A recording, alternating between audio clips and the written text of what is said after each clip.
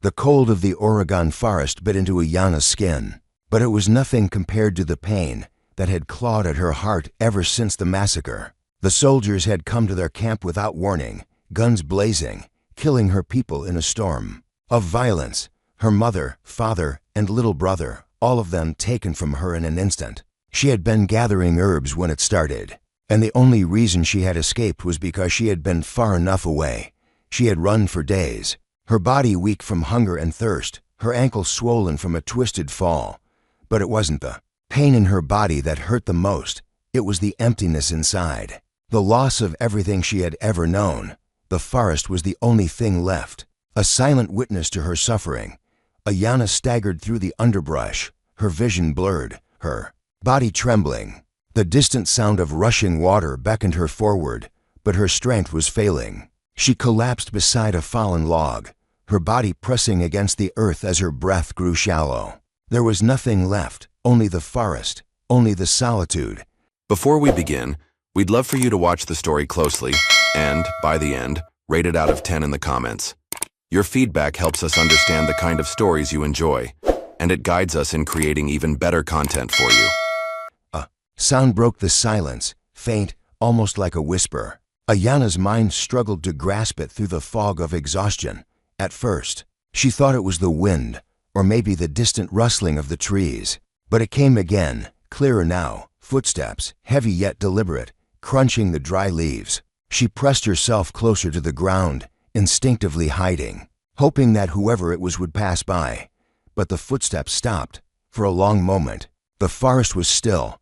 Then, through the haze of her own fading consciousness, she heard a voice. "Easy now," it said, low and calm, carrying with it an unspoken command. A man's voice. Her heart raced. Was it one of the soldiers, or someone else? Her body tensed, ready to bolt, but she was too weak to move.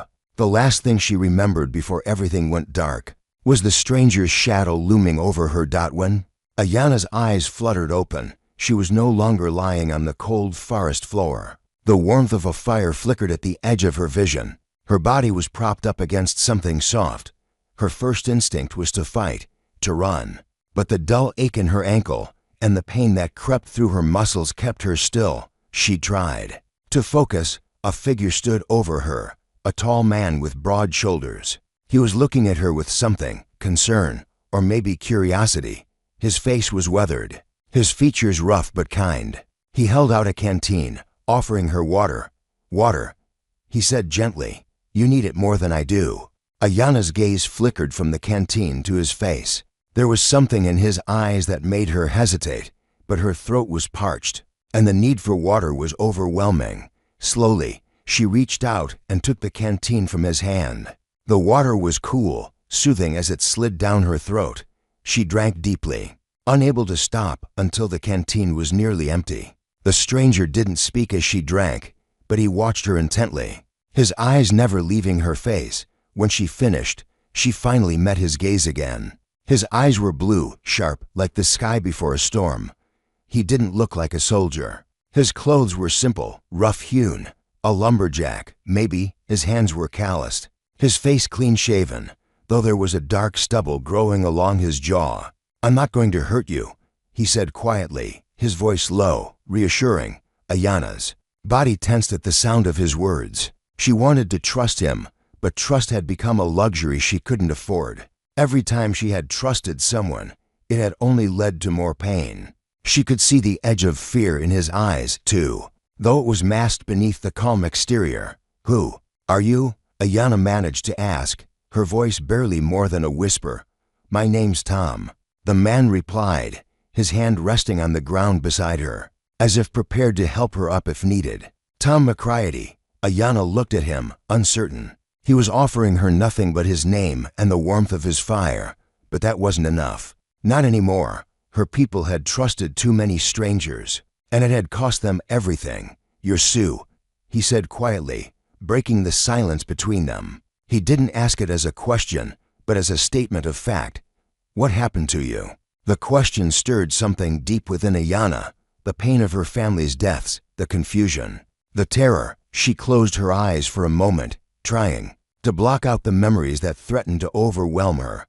I don't know how to explain it," Ayanna said, her voice breaking slightly. "The soldiers came. They killed everyone, my family. They said we were harboring raiders. But we were just trying to survive. They killed them all." Tom's face hardened as he listened, his gaze never leaving her. "I'm sorry," he said, his voice full of sincerity. "I can't imagine what that must have been like." Ayanna's heart beat faster at the kindness in his tone. But it didn't matter. He was just a man, just a stranger. She could trust him no more than she could trust the soldiers who had murdered her people. "What do you want from me?" she asked, her voice sharp, defensive. "Nothing," Tom replied simply. "I'm just trying to help. You need rest, food, a place to heal." She narrowed her eyes at him. "And why would you do that? Why would you help me?" Tom hesitated for a moment, his eyes flickering toward the fire. "Maybe because it's the right thing to do. Maybe because I don't want to see anyone else suffer like that." Ayanna studied him, unsure of whether to believe him. His words, simple and honest, did nothing to erase the fear gnawing at her insides. She had no reason to trust him. She had seen enough betrayal to last a lifetime. "You could be just like them," she said, her voice low. "The soldiers. You could just leave me here, or worse." Tom's expression didn't change. He didn't flinch at her words. "I'm not like them," he said simply. "I've lost too much to treat anyone like that. I'm not leaving you out here to die." His words struck something inside her, a flicker of hope that she had long buried. But hope was a dangerous thing, and Ayanna wasn't ready to feel it again. Tom stood slowly and reached down to offer her his hand. She eyed it warily, unsure if she should take it. She could run, disappear into the forest, but the thought of being alone again, truly alone, filled her with dread. "If you stay here, you'll die," he said quietly. "I'm offering you a chance to live." Ayanna looked at his hand, then at the fire, and then back at him. She was too weak to run. She was starving, and this man had shown her nothing but kindness. However dangerous it might be. After what felt like an eternity, she placed her hand in his, and he pulled her to her feet. With his help, Ayanna hobbled into his small cabin, a place of solitude and simplicity, far from the eyes of the world. The warmth of the fire inside contrasted with the cold air outside. She had never seen a cabin like this, simple, practical, yet it felt safe. The cabin was small, but it was well kept. Tom had clearly built it himself, the work of a man who understood both the land and the need for protection. He helped her sit on a chair by the hearth. "I'll fix your ankle," he said as he moved to a small table, gathering the supplies for a poultice. Ayanna watched him, still unsure, but the pain in her ankle was unbearable, and she had no strength left to argue. Maybe, just maybe, this would be the one place she could rest, even if only for a short while. As Tom worked on her ankle, Ayanna's thoughts swirled. She was alive, but at what cost? She had no idea where the soldiers were, or if they were still looking for her.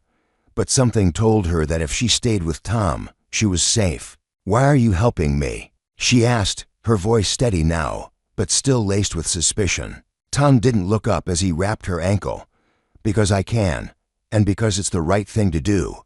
Ayanna frowned. The right thing to do, that seemed like an abstract concept, something reserved for those who had never faced what she had. But there was something in his tone that made her pause. She had no choice but to stay, for now. The night stretched on in uneasy silence. Tom sat across from her, the fire crackling between them. Ayanna's body was finally starting to relax, the warmth of the fire and Tom's care slowly easing the tension that had been in her muscles for days. "Tomorrow," Tom said, breaking the silence, "I'll get you some food. There's a creek nearby with fresh fish. We'll figure this out." Ayanna looked at him, her mind still clouded with doubts, but for the first time since the attack, she allowed herself a small breath of relief. She wasn't alone anymore.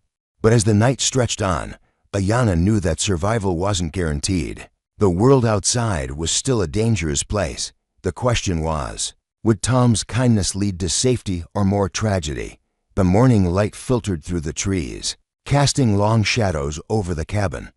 Ayanna woke to the sound of Tom moving around the small kitchen, preparing something she could smell but not yet see. She hadn't expected to sleep at all, but exhaustion had claimed her the moment her head hit the pillow. She slowly rose, wincing at the sharp pain in her ankle. Tom didn't notice at first as he worked over the stove, but Ayanna studied him quietly. He was unlike anyone she had met before, his hands sure, steady, the way he moved with purpose, yet with a gentleness that didn't match the roughness of the woods around him. Tom turned to face her, catching her eyes. "Good morning," he said simply. "You need more rest. Stay there." Ayanna nodded, not trusting herself to speak. The uncertainty gnawed at her. Could she trust him? She wasn't sure, but there was no place to go. She was trapped between gratitude and suspicion. Tom set a small bowl of stew in front of Ayanna, the scent of it comforting despite the weariness still bubbling inside her.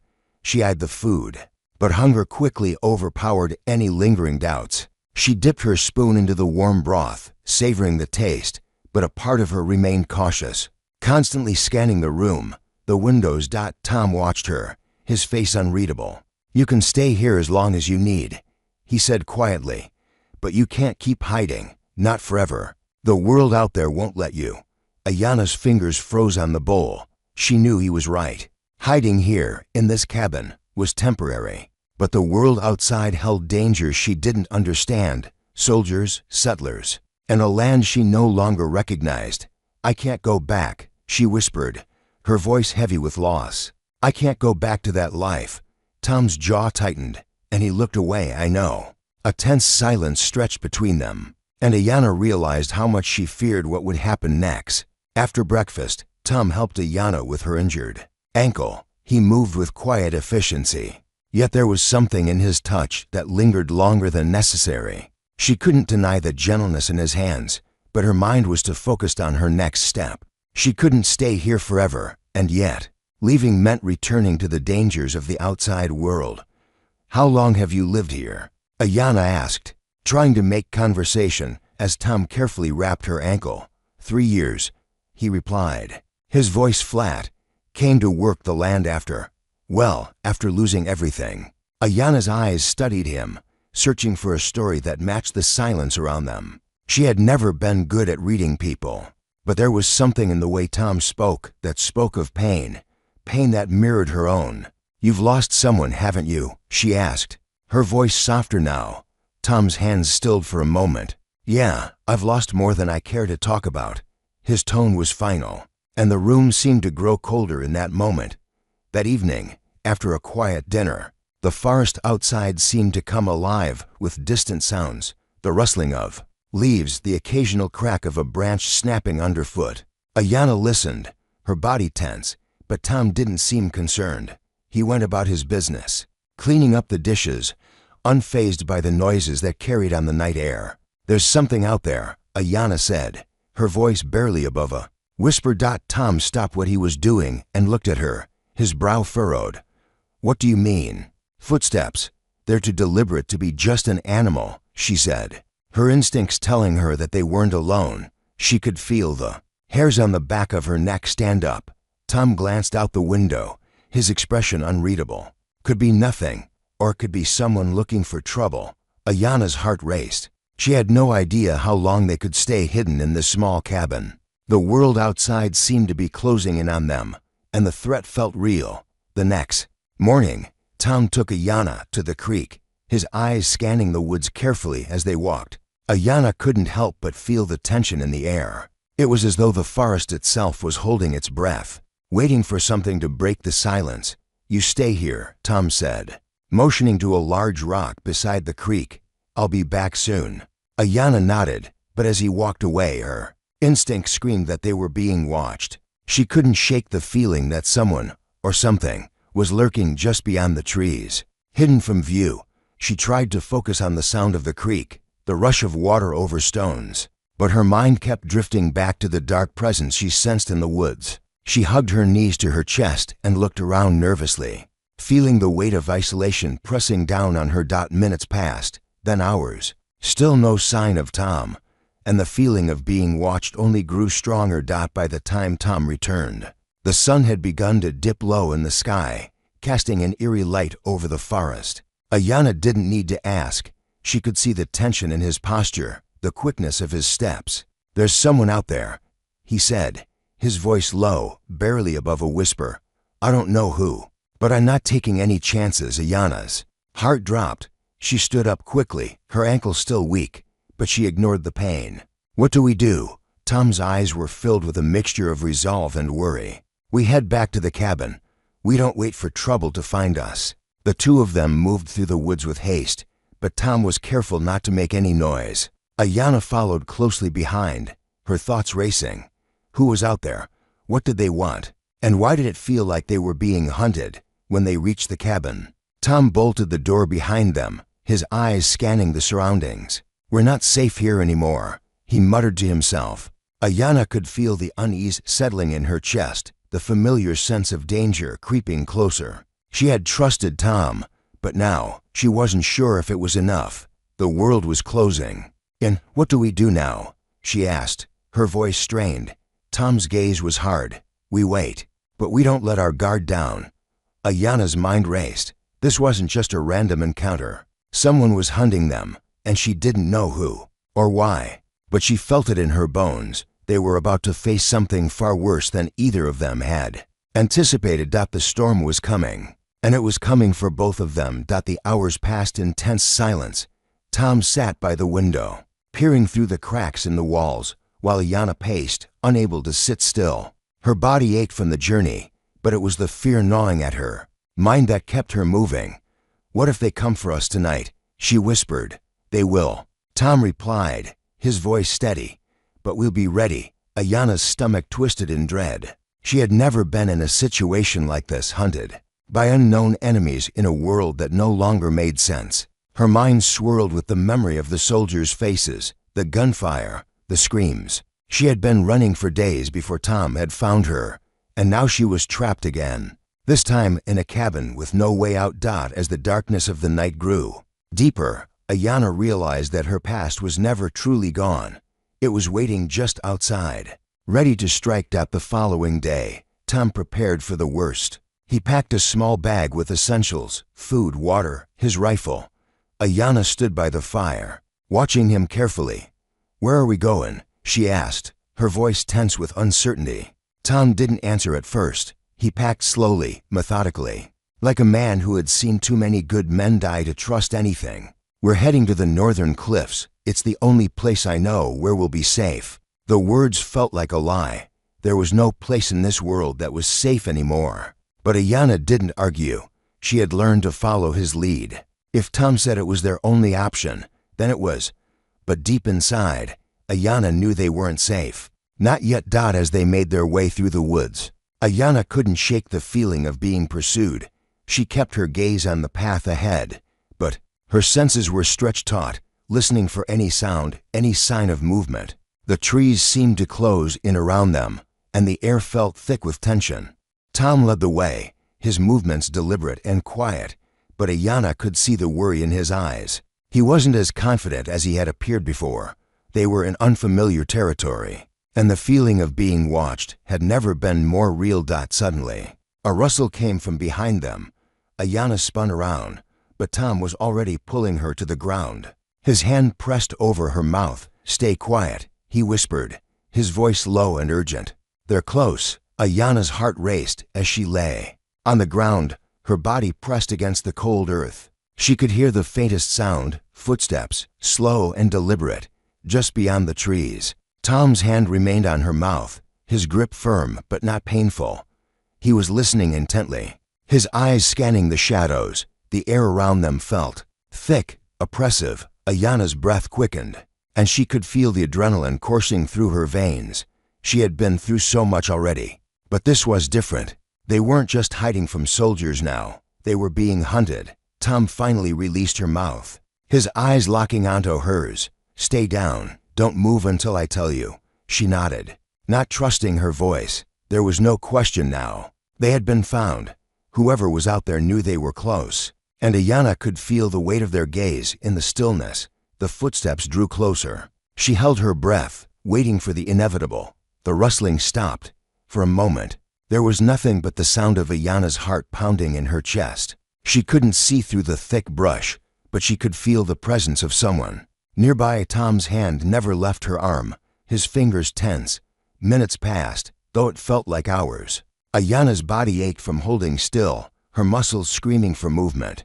Her mind raced. Who was out there?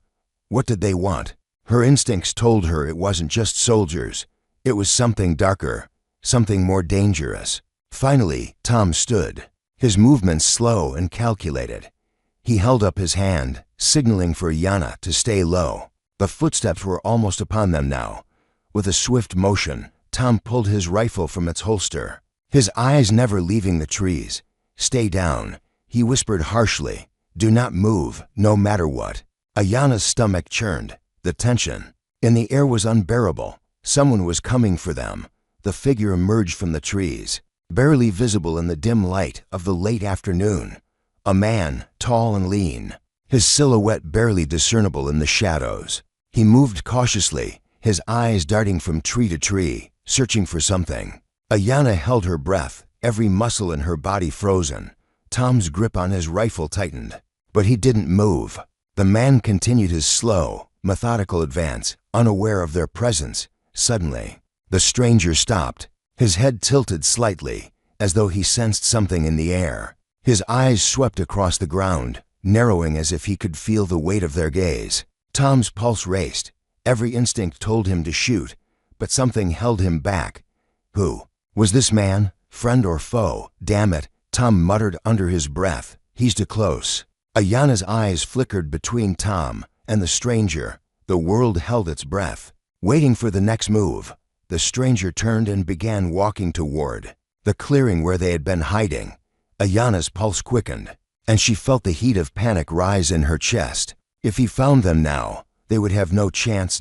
Tom shifted beside her, his body coiled like a spring. His rifle was aimed carefully, but his eyes remained focused on the figure. Ayana couldn't breathe, every second stretching into an eternity. The man stopped just at the edge of the clearing. He looked down at the ground, his brow furrowing as though he had noticed something.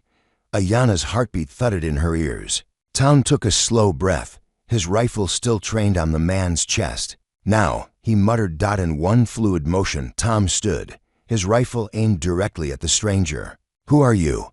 he demanded, his voice sharp and commanding. The man froze, his hands instinctively rising in the air.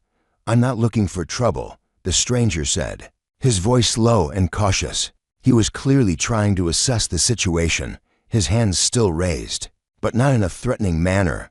Tom didn't lower his rifle. "Who are you?" he repeated, his voice colder this time. "And why are you out here, in the middle of the woods?" The man's eyes flickered nervously between Tom and Ayana, his gaze lingering on her for a moment too long. "I'm just a tracker," he said, his voice steady, but there was an edge to it. "I've been following your trail for days." Ayana's stomach dropped. A tracker. They had been found, and now someone was hunting them, just as Tom had feared. Tom's expression didn't change. "Why? Who sent you?" The tracker shifted, his eyes darting from side to side. "I'm not with the soldiers," he said quickly. "I'm just trying to find someone, a woman, a Sioux." Ayana's breath caught in her throat. Tom lowered his rifle slightly, but his stance remained tense. The tracker's words hung in the air like a weight that neither of them could ignore. A woman, a Sioux. Ayana could feel her pulse racing in her neck. Was this man here for her? "Why are you looking for her?" Tom demanded, his voice tight. "And why follow us all this way?" The tracker shifted uncomfortably, his eyes avoiding Tom's. "I've been hunting her for days," he said, his voice low, almost regretful. "She's the last of her family. I was sent by the militia. They need her." Ayana felt her breath hitch, a cold chill creeping down her spine. The militia, they wanted her. After everything, she had thought she was free, but now the world she had fled from was closing in again. Why would they want her? Tom's voice was a low growl, but Ayana could hear the rising fury in it. The tracker hesitated, then spoke, his words heavy with meaning. "Because she's the key to something much bigger." The words hit Ayana like a physical blow. "The key to what?" she demanded, stepping forward despite her injured ankle. Her voice trembled, but she held her ground. The tracker's eyes flickered to Tom, then back to Ayana. I don't know all the details, he said reluctantly, but they believe she knows something. Something about the raids, the armies. Been looking for her for weeks. Ayana's heart hammered in her chest. The raids. Her people had been slaughtered in those raids. Had they known something she didn't? Had her family known something worth dying for? Tom's grip on his rifle tightened again. And you're hunting her down for them. The tracker's eyes dropped to the ground, guilt flashing across his face. I didn't agree with it, he muttered. But orders are orders. Ayana's mind raced. The soldiers had been after her family for a reason. She didn't know what, but she could feel it. This was far from over. The wind picked up, rustling, the leaves and sending a chill through the air. Ayana felt her mind spinning, the pieces of the puzzle slowly falling into place, but it wasn't enough. She needed answers. Why should I trust you? She asked, her voice shaking despite her attempt to sound strong. The tracker's face softened. You shouldn't, he admitted, but I've been trying to stop them. I've been helping others. The militia is out of control. They're doing things they shouldn't. And they've been after you, Ayana. I couldn't let them get to you. Tom's eyes darted between Ayana and the tracker, and for a long moment, the air between them was thick with tension. If what he's saying is true, we have a bigger problem on our hands, Tom said finally. Ayana didn't know what to think. Part of her wanted to run, to escape again. But she realized that running might be the worst thing she could do. She needed to know the truth. The night closed in around them, the shadows deepening as Tom and Ayana huddled close to the fire, their thoughts heavy with the revelation the tracker had shared. The sound of distant wolves howling echoed through the forest, adding to the ominous feeling that hung in the air. I don't know if I can trust you, Ayana said, her voice barely a whisper. But I don't have much choice, do I? The tracker nodded solemnly. You're right, you don't. Tom stood by the fire, his back to them, clearly processing the information. We need to move, he said, his voice hard. The longer we stay here, the more dangerous it becomes. Ayana looked between them. Her past had always been one of survival, but now the stakes were higher. The militia was closing in, and the truth was still out of reach. She had no choice but to trust the tracker, for now. Tom began gathering their things, preparing to leave the small clearing. Ayana knew they couldn't stay here much longer. The words of the tracker haunted her thoughts. The militia was hunting her, and the reason was something bigger than just her family's death. The forest around them was eerily silent, the usual sounds of wildlife gone, as though even the land itself was holding its breath. Tom looked up at her, his face grim. We move fast, and we don't stop until we find out what's really going on. This is far from over. Ayana nodded, feeling the weight of his words. This wasn't just about survival anymore. It was about uncovering a truth that could change everything. And as they moved deeper into the woods, Ayana realized that the answers she sought were closer than she thought. The truth was waiting for her, but so was the danger. The trees whispered. Around them, shadows stretching long in the early morning light as Ayana and Tom moved silently through the forest. The tracker had led them this far, but Ayana could feel the tension in the air. They were heading toward something unknown, something dangerous, and she couldn't shake the feeling that they were walking straight into the heart of the storm. Tom kept his rifle close, his eyes scanning the woods with military precision. We keep moving until we reach the ridge. Then we can figure out our next move, he said, his voice low. Ayana nodded, but her mind was elsewhere. The revelation about the militia's motives had been unsettling, but it wasn't just that. It was the way the tracker had looked at her. When he mentioned her family, it was as though he knew more than he was letting on. She glanced at Tom, who was focused on the path ahead. She couldn't help but wonder, were they walking into a trap? They reached the ridge by midday, the terrain becoming steeper and more treacherous with each step. The view from the top was breathtaking, but Ayana barely noticed the beauty. Her thoughts were on the danger that loomed ahead, both from the militia and the tracker, whose motives still remained unclear. Tom crouched down by a large rock, his eyes scanning the horizon. We'll camp here for the night, he said. We need to rest and plan. Ayana didn't argue. Her body ached from the journey, and her ankle was starting to throb again. As much as she wanted to push forward, she knew they couldn't keep Running, they needed answers, and the only way to get them was to face the people hunting her. She sat beside Tom, her mind racing with possibilities. What if they were already too late? What if the militia had found them already? The thought sent a chill down her spine. As dusk settled over the ridge, the crackling fire seemed to cast more shadows than light.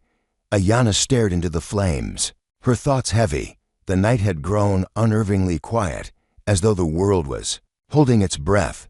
Tom had gone off to scout the area, leaving her alone with the fire. She could feel her pulse quicken as every rustle in the trees made her flinch. Something wasn't right. The stillness of the forest felt unnatural, and her instincts screamed that they weren't safe. Suddenly, a low growl broke the silence. Ayanna froze, her body tense. It wasn't an animal, it was too human. She grabbed the knife Tom had given her, gripping it tightly. Her breath caught in her throat as the sound grew closer, and she realized they weren't alone. Without warning, someone stepped out from the trees, his silhouette tall and broad against the dying light of the fire. Tom's voice rang out from the shadows, "Stay down." The figure stepped closer, his face still hidden in the darkness. But Ayanna could hear the unmistakable sound of his boots crunching on the dry leaves. Her heart hammered in her chest. Tom moved slowly from his hiding spot, his hand gripping his rifle tightly. The air between them crackled with tension. "Who's there?" Tom demanded, his voice low and authoritative. The man didn't speak immediately. Instead, he stepped into the firelight, revealing his face. Ayanna's breath caught. It was a familiar face, one she had seen in passing in Cedar Falls. The man wasn't just a stranger. He was someone from her past. "I'm here to help," the man finally said, his voice calm but firm. "I've been tracking you for days." Ayanna's heart skipped a beat. Was he part of the militia?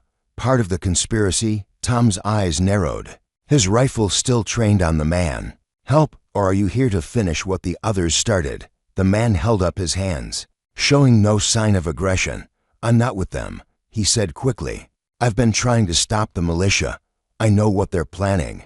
They're not just hunting you. They're hunting everyone who knows the truth." Ayanna's mind spun. She had heard enough lies to last a lifetime. Her instincts told her to distrust him, but something in his eyes told her he wasn't here to harm them. Yet, "Who are you?" Ayanna asked, her voice sharp. She wasn't ready to trust anyone, especially someone connected to the militia. The man hesitated, his eyes darting toward Tom before he spoke. "I'm Jacob. I used to be with the militia, but I left when I found out what they were really doing. I couldn't stand by." Tom lowered his rifle slightly, but his eyes remained cautious. "What do you want from us?" Jacob took a step closer, his gaze intense. "I need your help. We need to stop them before it's too late." Jacob's words lingered in the air as Ayanna processed what he had just said. The militia wasn't just after her. They were after something bigger. And Jacob, a former member of that very militia, was asking for their help. "I don't trust you," Ayanna said, her voice trembling with barely contained anger. "How do we know you're telling the truth? How do we know you didn't come to finish the job?" Jacob didn't flinch at her harsh words. He simply nodded, his expression grim. "I understand why you don't trust me, but I can prove it." He reached into his coat and pulled out a small bundle of papers. "This is everything you need to know," he said, holding them out to Tom. "The militia's plans, their deals with Pacific Development, and what they're really after. You can stop this, but only if you act fast." Tom eyed the papers, then Jacob, his decision weighing heavy on him.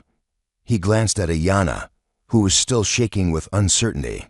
"This is your fight too," he said softly. Jacob's documents revealed a network of corruption so vast it made Ayanna's head spin.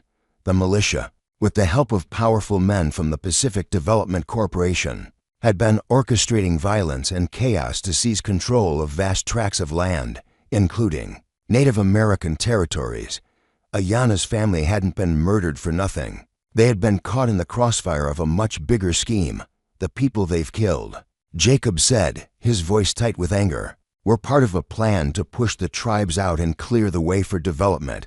The land's not just valuable, it's strategic. The militia has been rounding up anyone who stands in their way." Ayanna felt a knot tighten in her chest. She hadn't known the full extent of the conspiracy, but now it was all laid bare before her.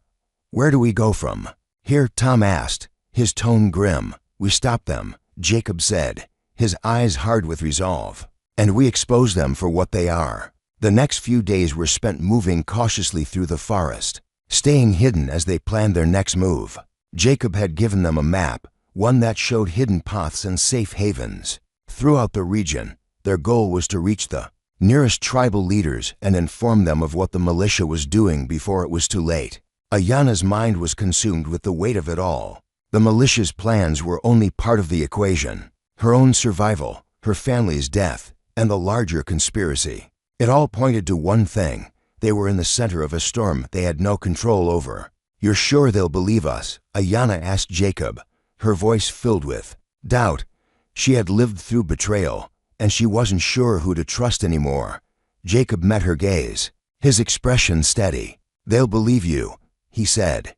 "Your people won't let this go. We can stop them." By the time they reached the nearest tribe, the tension had reached its peak. The militia's forces were closing in on their position, and there was no turning back now.